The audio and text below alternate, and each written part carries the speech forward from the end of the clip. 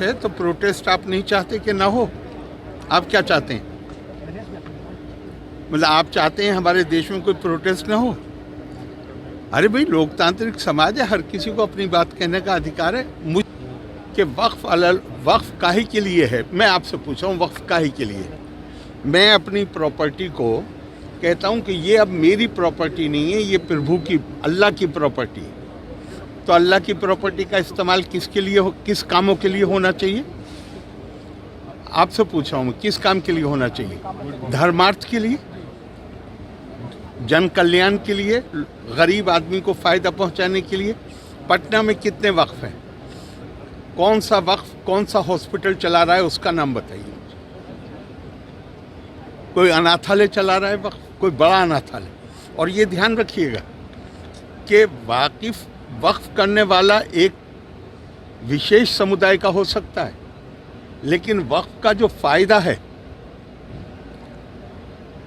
आप कहें तो मैं कुरान की आयत भी कोट कर सकता हूँ, इन्नमस सदक़ातु लिल फ़ुक़राए वल मसाकीन।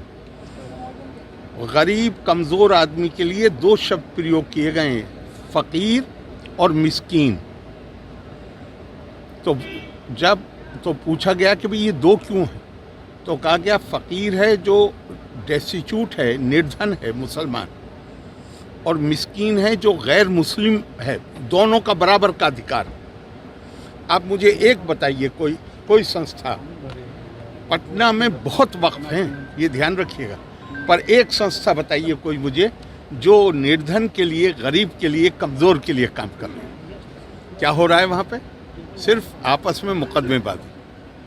वक्फ अलल औलाद को तो कानूनी तौर पे गैर इस्लामी जो मैं प्रॉपर्टी कह रहा हूँ, मैं कहता रहा हूँ कि ये अल्लाह की है, लेकिन फ़ायदा मेरी औलाद उठाएगी, तो इसको तो गैर इस्लामी, सारे मुसलमान मुल्कों में गैर इस्लामी है। हिंदुस्तान में भी प्रिवी काउंसिल ने गैर इस्लामी इसको कहा था कि ये गैर इस्लामी है। लेकिन जिन्ना ने एक्ट लाके 1913 में बिल लाके, उसका नाम ही है वैलिडेशन, मतलब ये गैर कानूनी है, लेकिन हम इसको कानून बना रहे हैं। अब इसके बाद क्या होना चाहिए, ये तो आप तय करिए। बहुत ज़्यादा सुधार की ज़रूरत है, और मैं मानता हूँ कि ये जो बिल पास हुआ है, जो अब कानून बन गया या बन जाएगा, ये उस दिशा में बड़ा ठोस कदम।